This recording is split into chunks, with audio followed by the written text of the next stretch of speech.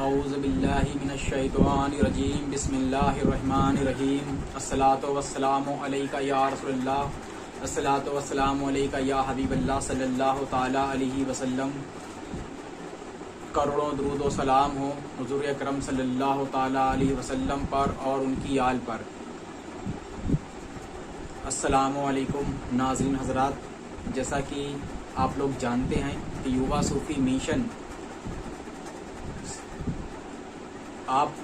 کے معاشرے سے جو غلط فہمیاں ہیں صوفیاء اکرام کے لیے لوگوں کے اندر بٹھا دی گئی ہیں کچھ پاکھنڈی لوگوں نے، ان کو صحیح بتانے کے لیے کہ اس میں صحیح کیا ہے اور غلط کیا ہے، یہ یووا صوفی مشن کا مقصد ہے۔ اسی مقصد کے لیے میں نے پچھلی کئی ویڈیو بنا کے آپ لوگوں تک پہنچائی ہیں اور آپ لوگوں نے کافی اس کی تعریف کی، حوصلہ افزائی کی میری، اس کے لیے آپ سب کا شکریہ۔ اسی طرح سے آج ایک دادا حضور کی ہدایت آپ کے سامنے رکھنا چاہوں گا، جو کہ دادا حضور نے آج کے لوگوں کو اس 150 سال 125 سال پہلے آج کے لوگوں کو ہدایت دے دی تھی، کیونکہ انہوں نے جو ہدایت دی تھی وہ آج کے لوگوں کے لیے زیادہ صحیح معنوں میں صحیح ثابت ہوتی ہے۔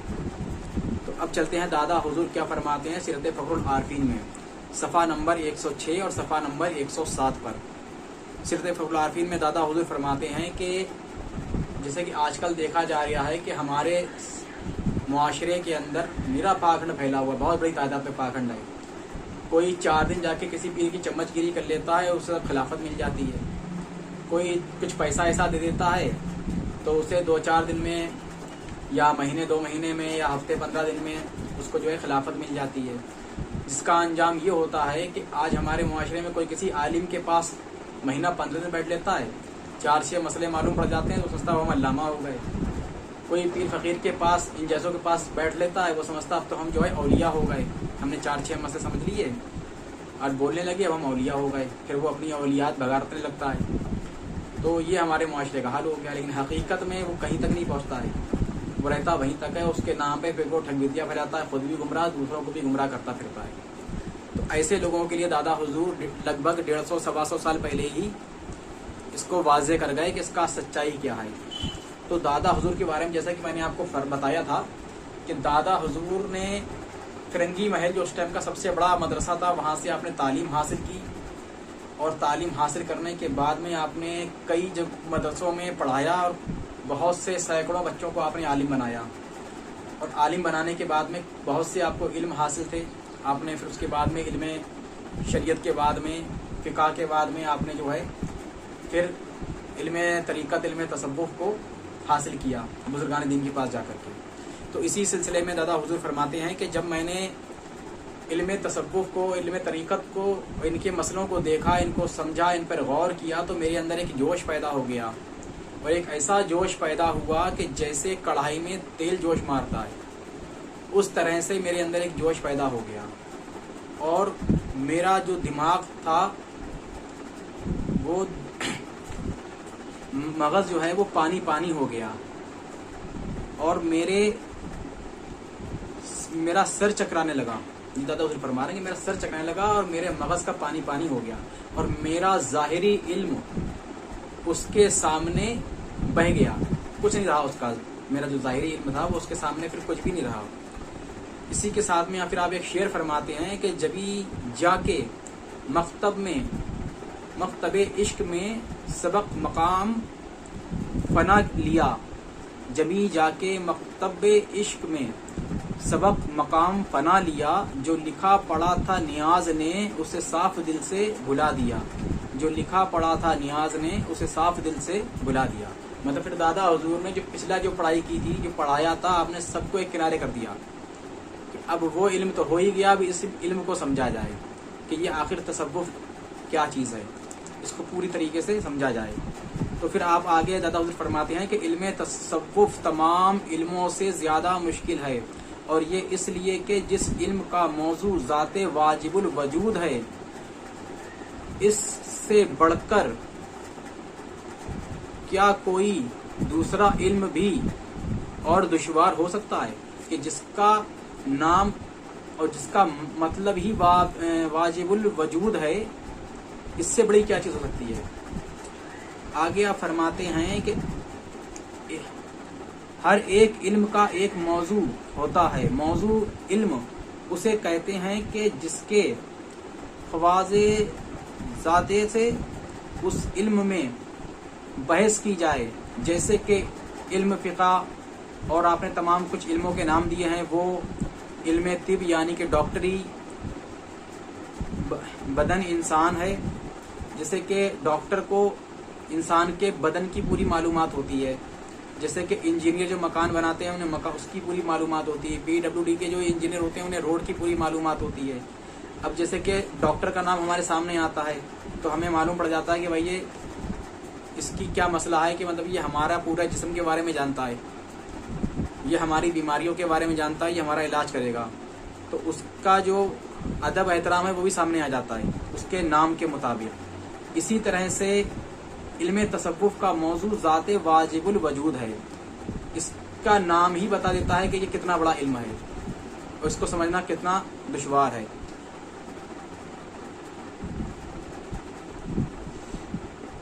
اس علم میں چونکہ ذات واجب الوجود ہے، تمام اشیار اشرف و اعلیٰ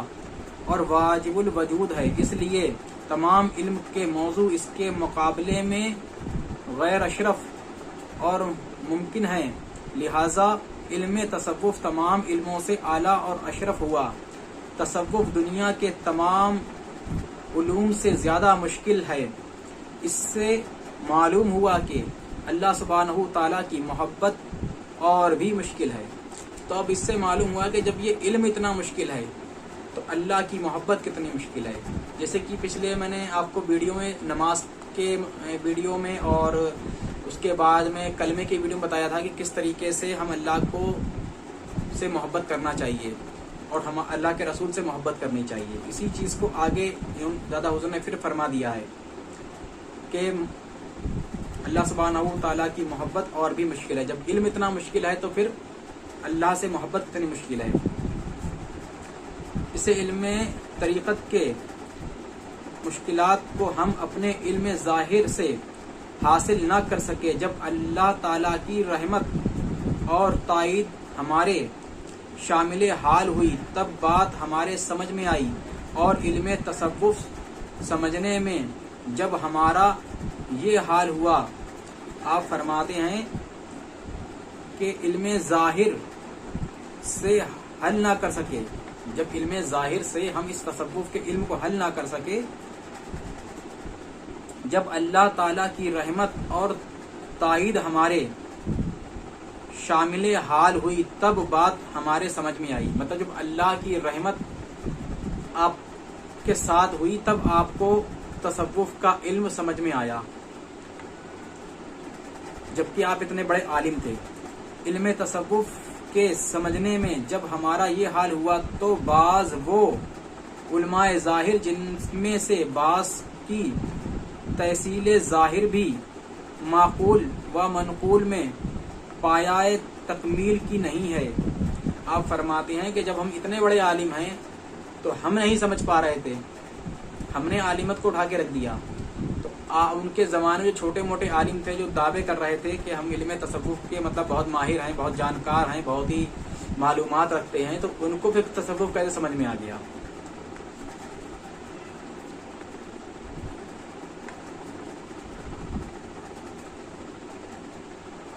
اگر کوئی دعویٰ کرے کہ تھوڑے دنوں میں مسائل علم تصوف کو اس نے حل کر لیا اور مسئلہ توحید اور معرفت اس نے پوری طرح سمجھ لیا.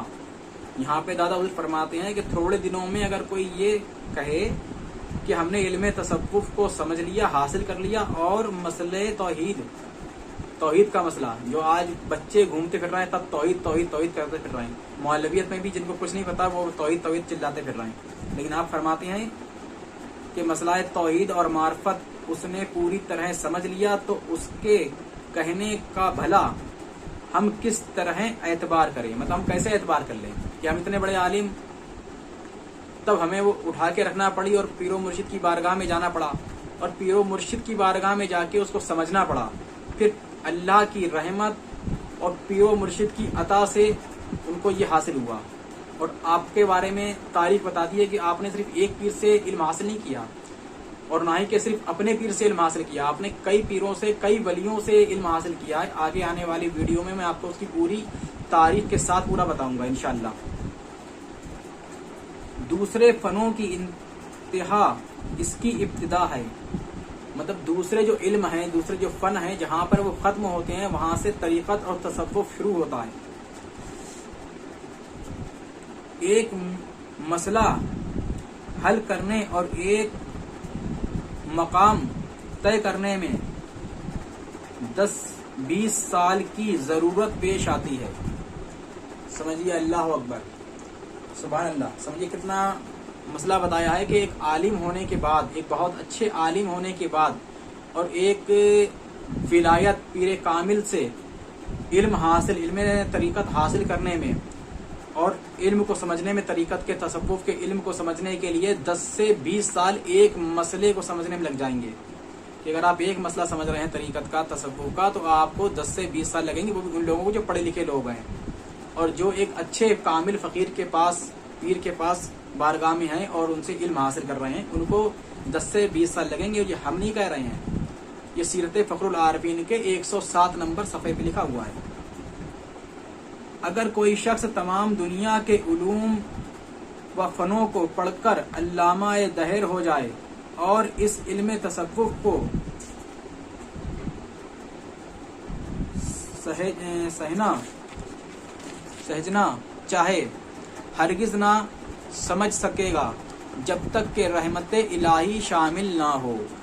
آپ بتادا حضور فرماتے ہیں کہ چاہے کتنے بھی علم حاصل کر لے انسان، چاہے کتنے بھی علم حاصل کر لے دنیا کے، لیکن وہ یہ سوچے کہ ہم تصوف کا علم حاصل کر لیں گے، تو اس کو یہ تصوف کا علم، طریقت کا علم حاصل نہیں ہو سکتا۔ یہ علم کب حاصل ہوگا؟ کہ جب رحمت خدا بندی، اللہ کی رحمت آپ کے ساتھ ہو، اور پیر طریقت جو کہ پیر کامل ہو، جب وہ آپ کو سمجھائے گا تب آپ کو طریقت اور تصوف سمجھ میں آئے گا، یہ علم آپ کو سمجھ میں آئے گا۔ اور اس میں بھی ایک بڑا عرصہ چاہیے، ایک مسئلے کو سمجھنے کے لیے، ایک منزل کو طے کرنے کے لیے 10 سے 20 سال چاہیے۔ اب آپ سمجھیے کہ ایک مسئلے کو، ایک منزل کو، کیونکہ تصوف میں صرف علم نہیں ہے، ڈگریاں نہیں ہیں، اس میں منزلیں ہیں۔ طریقت میں، تصوف میں ڈگریاں نہیں ہیں، اس میں منزلیں ہیں۔ تو اسی منزل کا ذکر دادا حضور فرما رہے ہیں اس کے اندر کہ ایک منزل اور ایک مسئلے کو سمجھنے کے لیے 10 سے 20 سال کا وقت چاہیے ہے۔ اب یہ آپ پر اللہ کی مہربانی ہے کہ اللہ آپ پر کتنا مہربان ہو جائے، اور یہ پیر کامل کا علم اور پیر کامل کی نگاہ ہے کہ کتنے آپ پر پیر کامل کی نگاہ ہو جائے۔ جتنی آپ پر پیر کامل کی نگاہ ہو جائے گی، اتنی ہی جلدی اور اتنی ہی اچھی طریقے سے آپ کو یہ علم طریقت اور علم تصوف سمجھ میں آ جائے گا، اور اتنی ہی جلدی آپ کو عطا ہو جائے گا۔ لیکن اب غور و فکر کی بات یہ ہے کہ یہ جو ڈھونگی گھوم رہے ہیں گلی گلی، جو 4 باتیں سمجھ کے، 2-3 باتیں سمجھ کے، اور لوگوں کو خود بھی گمراہ ہیں اور خود لوگوں کو گمراہ کرتے گھوم رہے ہیں، اور اس کا نتیجہ یہ سامنے آ رہا ہے کہ تمام فتنہ گر لوگ صوفیاء اکرام کو کچھ بھی بولنے لگتے ہیں۔ حالانکہ یہ تو ایک ولایت کی دشمنی شروع سے چلی آ رہی ہے کہ انہوں نے ظلم کیا، ان کو برا کہا صوفیاء اکرام کو، لیکن ایک تو وہ ہے کہ جو لوگوں نے بغض میں برا کہا، ایک وہ ہے کہ جو ہم برائی کر رہے ہیں، ہم جاہلیت کر رہے ہیں تو لوگ ہمیں برا کہہ رہے ہیں۔ تو ایک انسان وہ ہے کہ ولایت ذل نبوت ہے، جو پچھلی بار آپ کو بتا چکا ہوں۔ تو اس ذل نبوت کو، اس نبوت کی پرچھائی کو لوگوں نے منافقت سے لے کے چلے اور منافقت کی، وہ ایک الگ مسئلہ ہو گیا۔ وہ ہمارے بزرگان دین کا جو مسئلہ رہا وہ الگ مسئلہ رہا، لیکن جو آج کا جو مسئلہ ہے، آج کا مسئلہ جو ہے یہ اس لیے ہے، لوگ ہمارے خلاف ہیں، صوفیاء اکرام کے خلاف ہیں، کہ چاہے وہ ابواللائی ہوں، چاہے وہ وارثی ہوں، چاہے وہ چشتی ہوں، چاہے وہ نظامی ہوں، چاہے وہ قادری ہوں۔ آج جو سب سے بڑا جو مسئلہ پیدا ہو گیا ہے وہ یہ پیدا ہو گیا ہے کہ فرضی خلافتیں، کچھ پیسے لے کر کے خلافتیں دی جا رہی ہیں، کچھ انعام و اکرام لے کر کے خلافتیں دی جا رہی ہیں۔ میرے سامنے ایک ایسا مسئلہ ہو چکا ہے کہ ایک شخص کو کچھ بھی نہیں آتا، اس نے ایک پیر کو جو ہے نا ایک نذرانہ دے دیا، اور وہ پیر صاحب اتنا خوش ہو گئے کہ صاحب انہوں نے اسی ٹائم اعلان کر دیا اس کی خلافت کا، جبکہ وہ ان کا مرید بھی نہیں تھا۔ اتنا ہی نہیں، وہ اتنا جاہل انسان تھا کہ اس کو بات کرنے کا شعور نہیں تھا۔ وہ ہمارے لوگوں کے سامنے ان پیر سے کہہ رہا تھا کہ یہ چیز میں آپ کو عطا کر رہا ہوں۔ بتائیے ایک عام انسان یا ایک مرید پیر کو کیا عطا کر سکتا ہے؟ جو عطا کرے گا اللہ اور اس کے رسول کے بعد اگر کوئی ذات مرید کو اگر کچھ دے سکتی ہے تو وہ ذات صرف پیر کی ہے۔ پیر ہی مرید کو اللہ اور اس کے رسول کے بعد اگر کوئی کچھ دے سکتا ہے تو وہ صرف اس کا پیر دے سکتا ہے، اس کے علاوہ کوئی کسی کو نہیں دے سکتا۔ اور مرید کی تو کوئی اوقات ہی نہیں ہے جو پیر کو دے دے۔ مرید اگر اپنا خون پیر کو نکال کر کے دے دے پیر کے حکم میں، تب بھی وہ کچھ بھی نہیں ہے، پانی کی بھی اوقات نہیں رکھتا وہ خون جو ہے اس کا۔ اگر وہ اپنا دل نکال کر کے پیر کے حکم پر پیر کے قدموں میں رکھ دے تو وہ ایک پھول کی اوقات نہیں رکھتا کہ ایک پھول بھی اس کو سمجھا جائے کہ شخص نے ایک پھول اپنے پیر کی بارگاہ میں پیش کیا۔ اگر پیر حکم دیتے کہ اپنا دل نکال کے میرے پیروں رکھ دو تو اس کی بھی اوقات ایک پھول کی بھی نہیں ہے۔ تو ایک مرید پیر کو کیا دے سکتا ہے؟ کچھ نہیں دے سکتا ایک مرید پیر کو، یا ایک عام انسان اپنے پیر کو یا کسی دوسرے کے پیر کو کچھ نہیں دے سکتا۔ اور اس کے لفظ تھے کہ میں تمہیں عطا کر رہا ہوں۔ اس مرید کے جو لفظ تھے جو میں نے خود اپنے آنکھوں سے دیکھے اور اپنے کانوں سنے وہ یہ تھے کہ میں تمہیں عطا کر رہا ہوں۔ تو 5-7 ہزار کا ایک کوئی بھی چیز انہوں نے دے دی، انہیں بولنے کا شعور نہیں، اور صاحب ان کی خلافت کا اعلان بھی ہو گیا۔ کیوں؟ کیونکہ بھائی وہ پیر جی خوش ہو گئے۔ اور جب میں نے ان سے ایک چھوٹا سا مسئلہ پوچھا تو وہ کربٹیں بدلنے لگے۔ پھر جب ہم نے دیکھا کہ اب اس کو زیادہ کھل کے اگر لیں گے تو حضرت کی بے عزتی ہو جائے گی محفل کے اندر، سو میں نے اس مسئلے کو پھر خود ہی گھما دیا اور وہاں سے اس مسئلے کو ختم کر دیا۔ لیکن اس دن مجھے ایک احساس ہوا کہ بتائیے ایک ہمارے پیر و مرشد ہیں جو تعلیم و تربیت دیتے ہیں اور کچھ سکھاتے ہیں، اور ایک آج سماج کے اندر یہ پاکھنڈی گھوم رہے ہیں کہ کسی کو بھی کچھ بھی دینے کا اعلان کر دیتے ہیں اور کسی بھی لالچ کے اندر۔ بتائیے ایسے ہی سننے میں میرے کئی جگہ پر آیا ہے کہ لوگ 2-3 ہزار روپے لے کے خلافتیں دے دیتے ہیں، چولے پہنا دیتے ہیں۔ تو میرا ایک جو صوفیہ اکرام ہیں یا جو میرے پیر بھائی ہیں یا جو لوگ جہاں تک میرے ویڈیو پہنچ رہے ہیں، جو لوگ میرے ویڈیو کو دیکھ رہے ہیں، میری باتوں سے برا نہ مانیں بلکہ میری ایک بات کو بہت غور سے سنیں، اور وہ یہ سنیں کیونکہ میں کوئی عالم نہیں ہوں، نہ ہی کہ میں کوئی قاری ہوں، نہ کوئی حافظ ہوں، میں ایک عام انسان ہوں، جیسے کہ آپ ہیں ویسے ہی میں ہوں، کوئی فرق نہیں ہے۔ بس یہ ہے کہ لوگوں کی غلط فہمی دور کرنے کے لیے میں کتاب لے کے آپ کے سامنے بیٹھ گیا ہوں، اس سے آگے اور میری کوئی اوقات نہیں ہے، بلکہ صحیح سے کتاب آپ کو سمجھانے کی بھی اوقات نہیں ہے، کیونکہ یہ کتاب کافی پرانی ہے، اس کو سمجھا پانا بہت مشکل ہے میرے لیے۔ تو اب کہنے کا جو مین مقصد ہے وہ یہ ہے کہ میرا ایک بہت ہر کسی سے کہنا ہے جو بھی مجھے ملتا ہے کسی سلسلے کا انسان، اور جب مجھے ایسا محسوس ہوتا ہے کہ یہ انسان چولا پہن کر کے کچھ لائن پر نہیں ہے تو بس میں اس سے ایک ہی بات کہتا ہوں کہ بھائی تن نہ رنگو من رنگ لو۔ اور میں نے کافی صوفیہ اکرام کے منہ سے یہ بات سنی ہے اور اپنے پیر و مرشد کی زبان سے بھی یہ بات سنی ہے کہ من رنگو تن نہ رنگو۔ تن رنگنے میں کوئی فائدہ نہیں ہے، آپ کالا پہن لو، ہرا پہن لو، لال پہن لو، پیلا پہن لو، سفید پہن لو، اونچی ٹوپی لگا لو، چھوٹی ٹوپی لگا لو، چپٹی ٹوپی لگا لو، نوک والی ٹوپی لگا لو، اس کا کوئی مقصد نہیں ہے، یہ سب چولے ہیں۔ اور چولا پہن کے آپ جو بھی غلط کام کریں گے یا غلط فہمی لوگوں کے اندر پھیلائیں گے، آپ کی قبر میں آپ کو حساب دینا پڑے گا، حشر میں حساب دینا پڑے گا، اور بلکہ عام انسان سے زیادہ آپ کی پکڑ ہو جائے گی۔ آپ اس دھوکے موقع میں سرکار بچا لیں گے، ہمارے ولی بچا لیں گے، لیکن آپ خود ایک بے عزتی کے راستے پہ چل رہے ہیں۔ آپ اپنی تو رسوائی کر ہی رہے ہیں، قبر اور حشر میں ایک دن ایسا بھی آ جائے گا کہ جب آپ کے ساتھ میں سلسلہ رسوا ہوئے گا، اور اس وقت آپ کیا کریں گے جب آپ کی وجہ سے سلسلہ کی رسوائی ہوگی؟ دنیا میں تو آپ پیسہ کما رہے ہیں، لوگوں میں گمراہی پھیلا رہے ہیں، لیکن وہاں پہ کیا کریں گے قبر میں اور حشر میں میرے بھائی؟ تو میری بات کا برا نہ مانیں، آپ لوگ من کو رنگیں تن کو نہ رنگیں، اور باقی آپ کی مرضی ہے، آپ جو چاہیں کر سکتے ہیں۔ الحمدللہ ہم آپ کے سامنے کرتا پاجامہ پہن کے آج ابھی بیٹھے ہوئے ہیں، تاج لگا کے بیٹھے ہوئے ہیں، لیکن جب ہم اپنا روزگار کرتے ہیں تو ہم پینٹ شرٹ بھی پہنتے ہیں۔ ہم کوئی یہ بن کے نہیں رہتے کہ ہم کوئی صوفی ہیں، ہم تو ایک عام انسان بن کے رہتے ہیں، اسے ایک عام انسان ہوتا ہے۔ یہ تو صرف ویڈیو پہ آنا اس لیے ہے کہ صرف لوگوں تک صحیح بات پہنچ جائے۔ انشاءاللہ آپ میرے لیے دعا کریں کہ اللہ مجھے دین حق پہ چلائے اور مجھے علم اور عمل اور عقل عطا فرمائے تاکہ میں دوسروں تک صحیح بات پہنچا سکوں، تو صحیح علم پہنچا سکوں، اور اللہ آپ لوگوں کو بھی ہدایت دے کہ آپ لوگ بھی من رنگیں تن نہ رنگیں۔ اسی کے ساتھ میں اپنی بات ختم کرتا ہوں اور آپ سے گزارش کرتا ہوں کہ اگر آپ کو میرے ویڈیو اچھے لگ رہے ہوں، سمجھ میں آ رہے ہوں، تو میرے ویڈیو کو آپ لوگ سبسکرائب کریں، میرے چینل کو سبسکرائب کریں یووا صوفی مشن کو، اور میرے ویڈیو کو لائک کریں، شیئر کریں اور کمنٹ کریں۔ اگر آپ کچھ سمجھنا چاہتے ہیں تو اس کو بھی آپ کمنٹ میں لکھ کر کے بھیجیں کہ ہم یہ سمجھنا چاہتے ہیں، اور اگر آپ کو میری کوئی بات غلط لگے، بری لگے، تو آپ وہ بھی لکھ کر کے بھیجیں کہ ہمیں آپ کی یہ بات بری لگی، یا اگر آپ کو کہیں پہ ایسا لگتا ہے کہ ہم کچھ غلط بول گئے ہیں تو اس کے لیے بھی ہم آپ سے پہلے ہی معذرت چاہتے ہیں، اور انشاءاللہ آگے بھی اگر آپ کوئی بات ٹوکیں گے تو ہمارے لیے وہ برا ماننے والی بات نہیں ہوگی، انشاءاللہ اس کو ہم سدھاریں گے۔